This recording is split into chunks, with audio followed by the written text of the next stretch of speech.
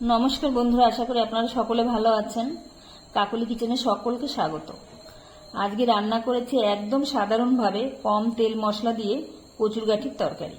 রান্নাটি সাধারণ হলেও খেতে কিন্তু দারুণ হয়। চলুন কিভাবে রান্না করেছি দেখা যাক।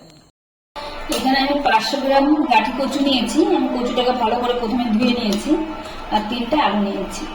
গাঠি কচু অনেক রকমভাবে রান্না করা যায়, কিন্তু আজকে আমি সেদ্ধ করে রান্না করব। সেজন্য আমি প্রথমে প্রেসারে দিয়ে দিয়েছি। এখন আমি একটা সিটি দিয়ে নেব। কচুর গাঠিগুলো আমি সেদ্ধ করে নিয়েছি, এখন খোসাগুলো আমি ছাড়িয়ে নেব। এবং সেদ্ধ করে নিলে খোসা ছাড়াতে সুবিধা হয়।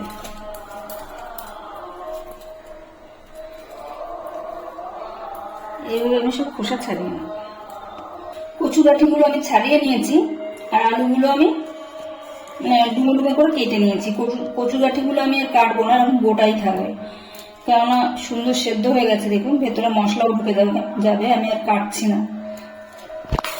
আমি এখন একটা মশলা বানিয়ে নেব। প্রথমে আমি দিয়ে দিচ্ছি টমেটো। একটা টমেটো ছোট ছোট করে কেটে নিয়েছি। আর দিচ্ছি কয়েক টুকরো আদা, 2টো কাঁচা লঙ্কা। আর এর ভিতরে আমি শুকনো যে মশলাগুলো সেগুলো দিয়ে দেবো।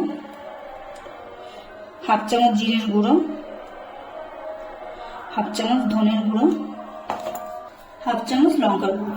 আমি সবকিছু একসঙ্গে বেটে নেব। আমি কড়াইতে সর্ষের তেল গরম বসিয়েছি।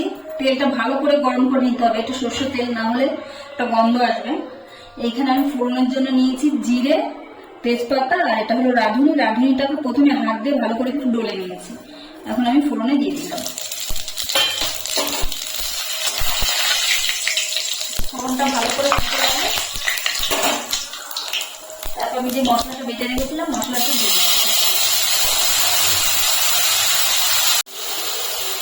মিক্সিটা ধুয়ে একটু জল দিয়ে দিচ্ছি আর হলুদ দিয়ে দিচ্ছি। এখন মশলাটাকে আমি একটু কষে নেব।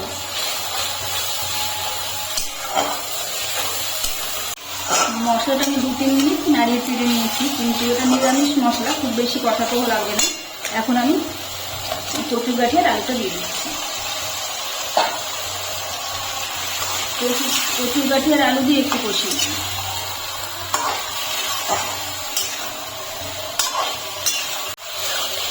2-3 মিনিট কষিয়ে নিয়েছি। এখন আমি জল দিয়ে দিচ্ছি।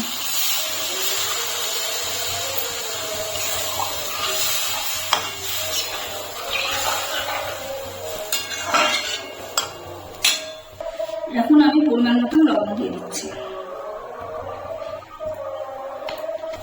2-3টে গোটা কাঁচা লঙ্কা দিয়ে দিলাম। এখন আমি এটাকে ফুটতে দেবো। ঢাকা দেওয়ার দরকার নেই, কেননা সব সিদ্ধ আছে, নাহলে একদম গলে যাবে ঢাকা দিলে। 4-5 মিনিট আমি ফুটিয়ে নিয়েছি।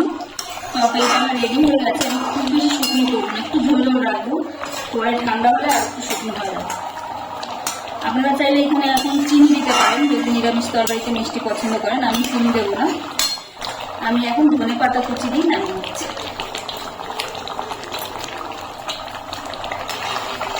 আমি এখন নামিয়ে নেব।